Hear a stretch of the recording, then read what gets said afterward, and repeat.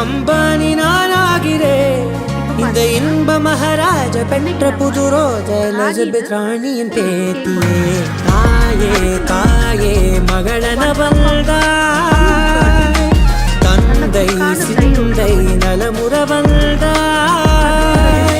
நீயே லோகம் என்று ஆனாய் பெண்ணே, என்னை ஆளும் தெய்வம் நீதான் கண்ணே. பெற்றது நானா இல்லை உன் மகனே நானம்மா. தாயே தாயே மகளன வந்தாய்,